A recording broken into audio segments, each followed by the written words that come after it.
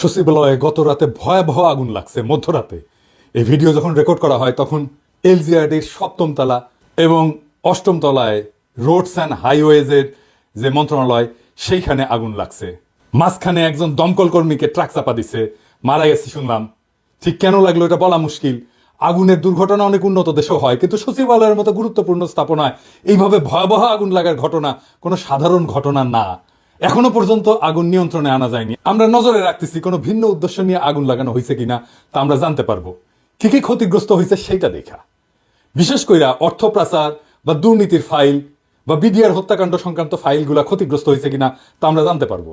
সাধারণত সকল গুরুত্বপূর্ণ নথির একাধিক কপি থাকে। অনেকে মনে করতেছেন যে সচিবালয়ে আগুন লাগায় সব নথি নষ্ট করে দেওয়া যাবে, তা সম্ভবত ঠিক না, সম্ভাবনা কম।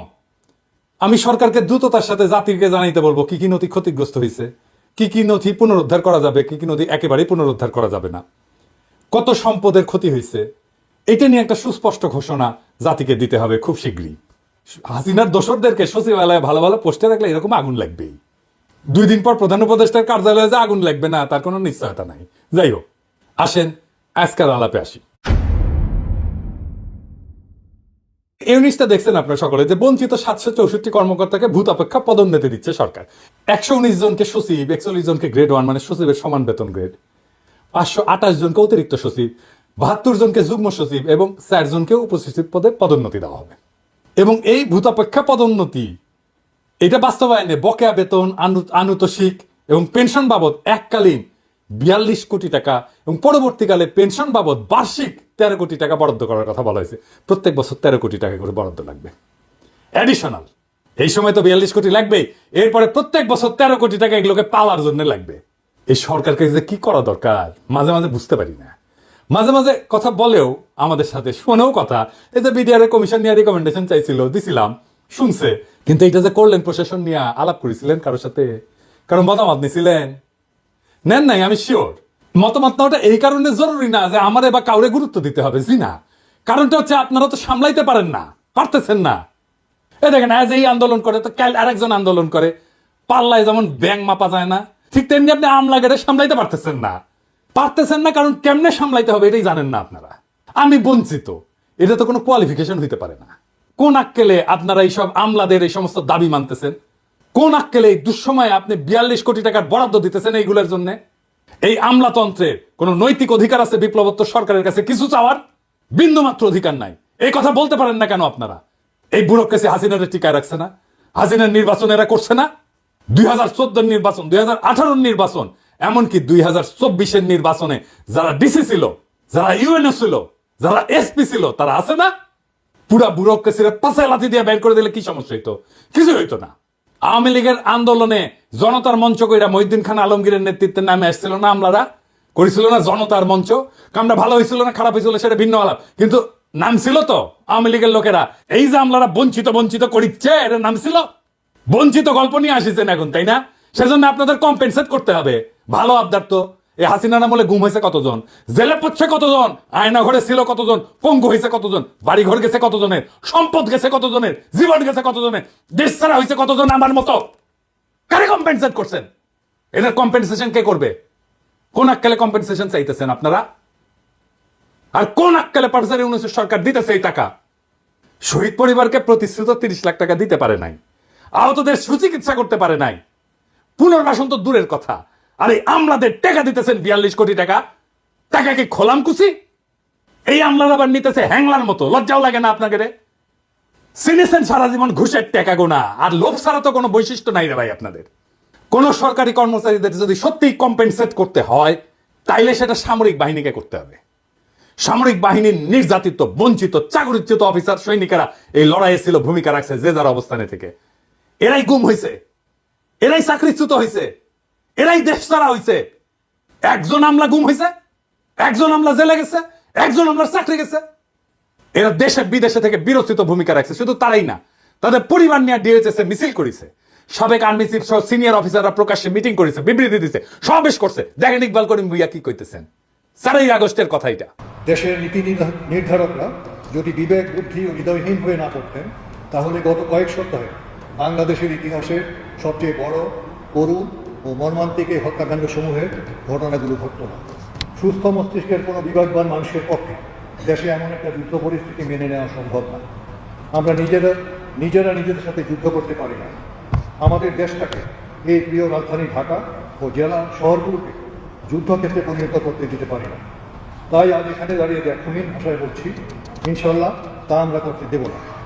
সকল শ্রেণী ও পেশার মানুষকে সাথে নিয়ে ঐক্যবদ্ধভাবে শান্তি প্রতিষ্ঠায় প্রচেষ্ট থাকবে। এই জনপ্রিয় সাবেক সেনা প্রধানকে আমাদের সবার কৃতজ্ঞতা জানানো উচিত।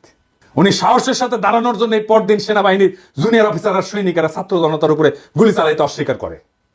পরদিন যদি গুলি চলতো, জেনারেল ইকবাল করিম ভুইয়া কয়েকজন সিনিয়র অফিসারদের নিয়ে আর্মি কনভয়ের সামনে দাঁড়াইতেন। এই পরিকল্পনা ওনাদের ছিল।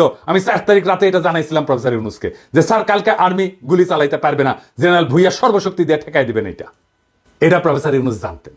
অথচ এই বীরকে আমরা সামান্যতম সম্মান জানাইলাম না।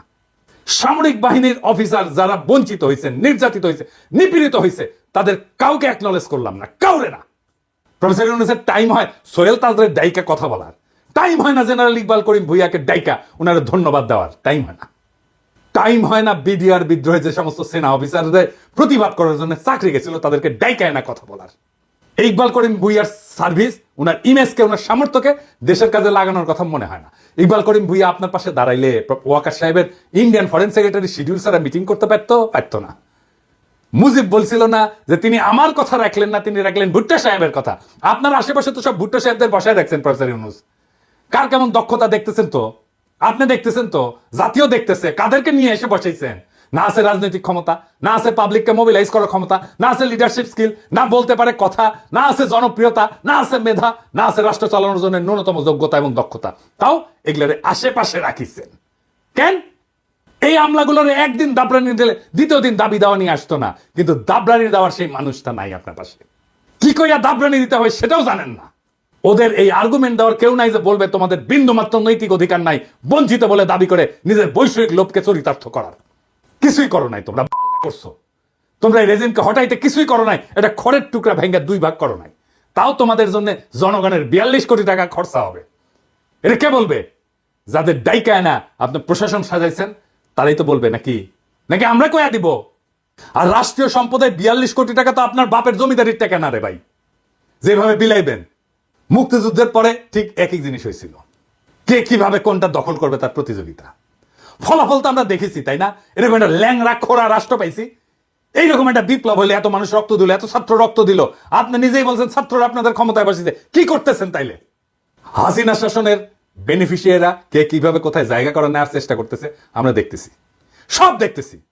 হাসিনা সরকারের বেনিফিশিয়ারিদের সাবধান করে দিয়ে বলতে চাই, করে কমে খাইতেছেন এমনি খান।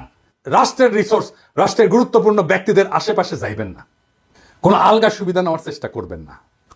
আপনাদের তো ভদ্রভাবে বললে বুঝেন না, শুনেন না। লোভ তো 2 চোখ ভরা চকচকা লোভ। মায়ের বুঝেন, মায়ের মায়ের মায়ের ভার্চুয়াল মায়ের না, একদম লাঠি দিয়া মায়ের বেদম পেটানো হবে, একদম ধরে রাস্তায় ফেলে পেটানো হবে। ওইটা করতে পারবো আমি, ওইটা করা হবে, কেউ বাঁচাইতে পারবে না। আগে থাকতে সাবধান হয়ে যান। আমি আর ইলিয়াস বলছিলাম শহীদ পরিবারদের প্রতিশ্রুত 30 লক্ষ টাকা দিয়ে দিবেন, 2 মাস সময় দিছিলাম। আজকে আবার মনে করাই দিলাম প্রফেসর ইউনূসের সরকারে। এই প্রসঙ্গে আজকে আমার ফাইনাল আলাপ।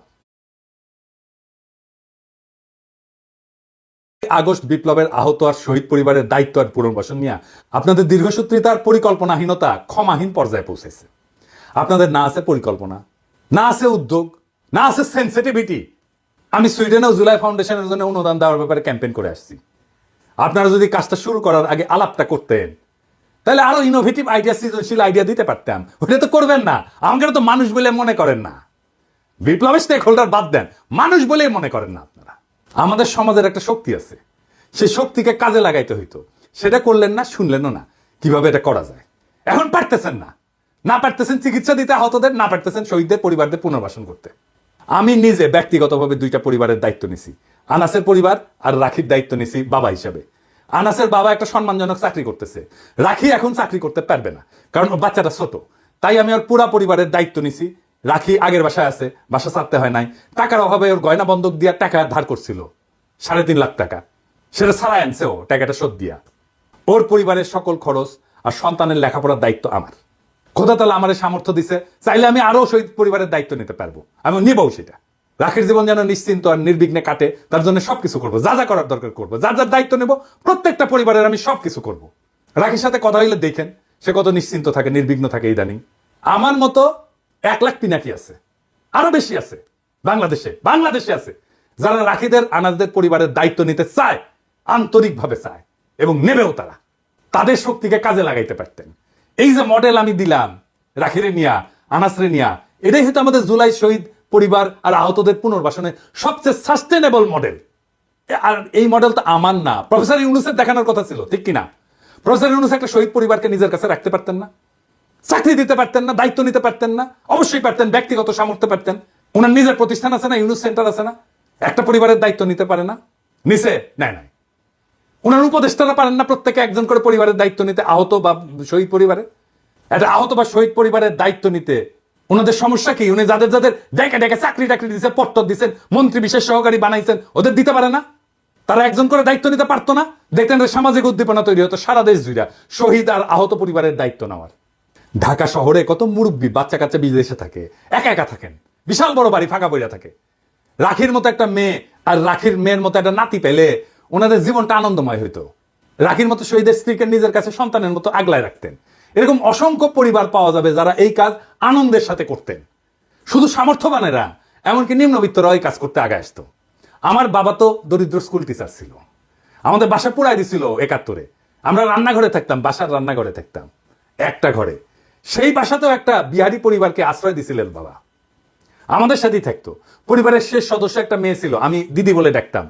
উনি জীবনের শেষ দিন পর্যন্ত আমাদের বাসাতেই ছিলেন এবং আমাদের বাসাতেই শেষ নিঃশ্বাস ত্যাগ করছেন। আমিও তারে বড় বোনের মতোই দেখতাম, উনিও আমার ছোট ভাইয়ের মতোই স্নেহ করতেন। মির্জা ফখরুলের বাসায় শুধু ওবায়দুল কাদের থাকবে কেন? একটা শহীদ পরিবার আশ্রয় নিতে পারে না? মির্জা ফখরুলের বাসায় তো আছে না ওবায়দুল কাদের? পালাবো না, দরকার হলে মির্জা ফখরুলের বাসায় গিয়া থাকবো। কি থাকতে দেবেন? ঠাকুর গায়েটা বাড়ি আছে না, এই যে দেখেন।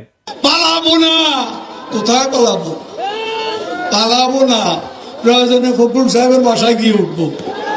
কি জায়গা দেবেন? না হলে ঠাকুর গায়ের বাড়ি আছে, ওই বাড়িতে গিয়ে উঠবো। নির্বাচন করে তো মাথা খারাপ করে দিতেছেন সবার। তো দায়িত্বটা কি নিছেন বলেন? দায়িত্ব কি নিছেন? সব দলের এমপি ইলেকশনের নমিনেশন যারা নেবেন তাদের দেখাইতে হবে কোন শহীদ আহত পরিবারের দায়িত্ব নিছেন। দল থেকে না কি দিচ্ছেন সেটা না, আমরা জানতে চাই আপনি নিজে কি করছেন, নিজে ব্যক্তিগতভাবে কি করছেন, আপনার বাসায় আছে কিনা। আগামী বাংলাদেশ সেই নেতা চায় যারা কথায় না কাজে বড় হবে। কাজ দেখান দায়িত্ব নিতে পারেন। এটা শহীদ পরিবারের দায়িত্ব নেওয়ার হ্যাডম নাই, দেশের দায়িত্ব নেবেন। হ্যাঁ খারান হাইচানি আর কেউ আমার ধরেন, আগে দেখান আপনারা পারেন দায়িত্ব নিতে, তারপরে ভোট চাইতে এসেন। আর মনে রেখেন, আগামীর বাংলাদেশ চালানো আপনাদের জন্য কেক ওয়াক হবে না, মাখনের মধ্যে দিয়ে হাঁটার মতো হবে না, পিকনিক হবে না। সংসদের বাইরে, রাজনৈতিক দলগুলোর বাইরে, মেরুদণ্ডহীন বুদ্ধিজীবীদের বাইরে, সুশীল সমাজের বাইরে অসুশীল ভয়েস থাকবে পিনাকি আর ইলিয়াসের মতো। এবং আমরা আপনাদের সব সময় দাবরানির উপরে রাখবো। এইটা মনে রেখেন, জনগণের কণ্ঠস্বর হিসাবে যেন সিধা রাস্তায় চলেন। সিরাতুল মুস্তাকিম। ইনকিলাব জিন্দাবাদ।